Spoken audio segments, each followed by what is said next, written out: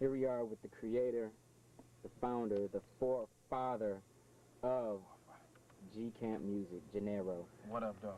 Okay, what's up, man? We got serious questions. Gennaro. What up, though? Where did that come from? You know, Rob used his first name. You know, you got an alias. Well, actually, no, that's not an alias. Actually, it's my original name. Wait. You mean tell me your original name is Gennaro? It's Gennaro. You was born with Gennaro. Gennaro, man. It's on my ID, man. I was named after an Italian gangster. If I'm not mistaken, it was Crazy Joe Gallo who snitched on the mob a long time ago, I believe, in the 60s or the 70s, one of them. I was named after his son, if I'm not mistaken. I don't want to get the line about my history.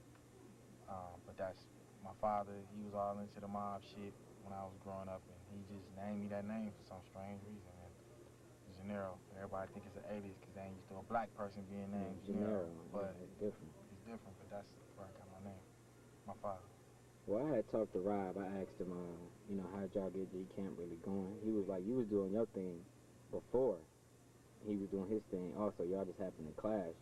So then, how did G.Camp start? I mean, when did you start G.Camp? What made you be like, man, it's time to get G.Camp Productions on the map. Let's get it moving. G.Camp Productions started after I was signed to a gospel label called M2 Entertainment.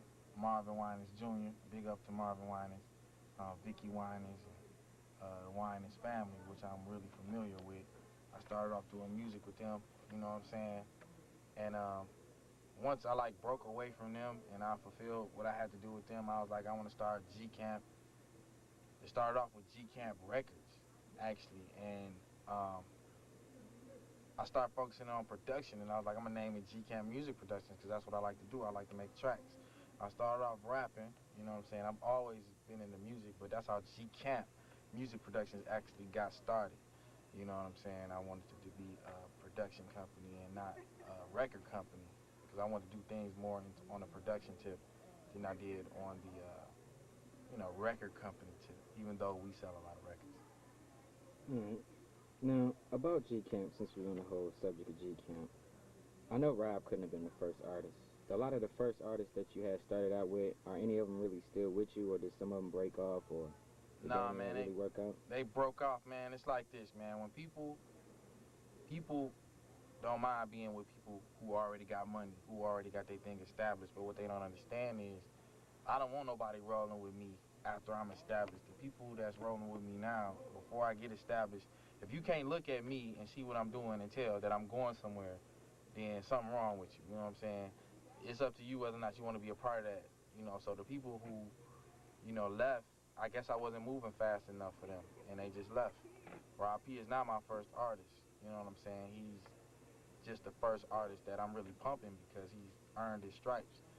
If I hit the block and I sell 30 records in 5 hours, I expect my artist to be able to sell 30 records on a block in 5 hours. If you can't do that, or you feel like you can do everything on your own, then go ahead and do it. And that's how they felt. They felt like, you know what, I can do this on my own. I don't need Gennaro. And that's what they did. But all the artists that I've signed, they're like nowhere now. And now we got all kind of stuff going on. And, as a production company, and they're nowhere to be found. So, Rob P is actually like my last artist on the label, so that's how I go. Now, G.Camp, man, it's hot. We all know. Now, Gennaro, as I said, man, G.Camp music put out a lot of hot music, man. Rob P, good artist. Gennaro, good artist, good music, good beats, all that good stuff. Like he was talking about, you push, say you push 30 units in 5 hours, you know what I'm saying? Speaking on the units, how many units have G.Camp sold as a whole? Man, I know for a fact, man, I had to be sold over 150,000 copies. I always do the math. People but you don't have any sound scan. I've mastered the underground scene. I've gone as far as I can underground. That's why this is gonna be the first year. 2006 is gonna be the first year that we are in the stores with posters and flyers and et cetera, et cetera. A lot of people don't know my history, but I started off doing gospel music. I had sound scans in the gospel industry. I had a deal on the table in the gospel industry. I just decided to do secular and do that, and so I'm building it from the ground up. But if you look at somebody like me, my average sales is 30 CDs a day, let's say, when I first started off. I've been doing this for 4 to 5 years, 365 days out the week. I mean, I can damn near make an estimate of how many records I sold. That's not including shows we did where we done sold 100 and 200 copies. People buying stuff in bulk. Like, I done had people buy my CDs in bulk, man, so they can go out and sell them. You know, I done had a few of them in the stores and just sold, so I had to sell over 150,000 records, at least 150,000 records. Out my trunk, single-handedly, Rob came along, sold another like 10,000. You know, this brother sell like 20, 30 copies a day of his shit alone. So it's like, we just selling records. Our next move is to get the sound scans. Our next move is to get the posters, the flyers, and stuff like that. But I'm a person who believes in setting a foundation first. I'm not about to get the posters and flyers and bust down the front door. I'd rather come through the back door, you know, and bust down the front door, because I'm already in the house. You know what I'm saying? When they hear my stuff on the radio, I want them to be like, I know this cat. I don't want them to be like, who is this cat? Because when they know you and they're familiar with you, they feel like they're a part of what you're doing, and they're more apt to help you. They're more apt to support you because they feel a part of the movement. Whereas in, you know, who is this cat? I don't know who his cat is. You know, it's a lot of Detroit artists that came out, but don't nobody know who they are. You know what I'm saying? And people have to get familiar with this particular person that they haven't even seen before. So I don't want that. I want to set a foundation. I want 500,000 people in Detroit to know who I am first before I start making posters. So when they see my poster, they be like, hey, that's that guy at the mall. Hey, that's that guy that was on 7 Mile. Hey, that's that guy, he been selling CDs for years. Let's get his album. What he got new out. Wow, he must have made it big. I see a poster. He must have made it big. People automatically assume he made it big because they see a poster. But they're not going to assume anything if they don't know who you are. But if they seen you on the block selling a record, then they're going to assume, you know, since I didn't have a poster before when they bought my album, that something big must be going on. And that's how I want to portray this whole G.Camp music production thing, setting a foundation. Any house that's not set on a solid foundation is going to fall. That's why you see artists come and go. The same people you see going up is the same people that you're going to see when you come down.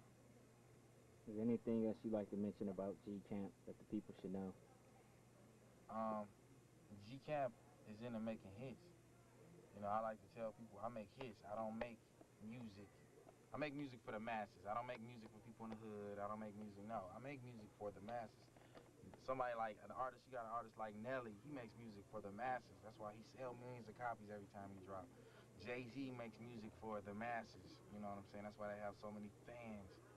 So many people that like them. Then you got other artists that I don't want to mention their name because I don't want to spit on nobody, you know what I'm saying, that don't make music for the masses. They tell you in a minute, I'm keeping it true to my set, I'm keeping it true to my hood or whatever they doing, and that's exactly where they selling records at. You know, you get an artist like 50 Cent, I mean, you got people in China, Europe, and all across Tokyo, they love, you know, this guy. And that's how I want to be. That's how I see G.Camp. I want to be like Puffy. He's lasted so many years in the game. Every time he do something, it's big. That's what I want to do. That's what I want people to know about G.Camp. I'm here to stay. I'm not here to be in one day and make my million and leave. I'm in this thing to stay, and that's why I'm not in a hurry to just blow up overnight. Because I know we're going to be doing it for a while, and we got a lot of work to do. Always good to hear you. Love talking to you, man. For sure. Gennaro. For sure. We're going to make it happen. G.Camp Music Productions, Gennaro the movie. Evidently, y'all got the album or y'all wouldn't be watching this DVD. Exactly. Rob P, Highway Robbie out. Go cop that. Show us some love. It's hot. Don't bootleg. Whatever you going to do, go out and cop it in the store because we trying to make it happen. For all y'all big wig record labels out there, I'm trying to make it happen. You know what I'm saying? If you can't look at me and see the image and see that I can be making a lot of money, making you a lot of money, then you're crazy. Because, you know, I'm Rick James, bitch. That's a pretty good trick, Doc. But can you do this? Hey.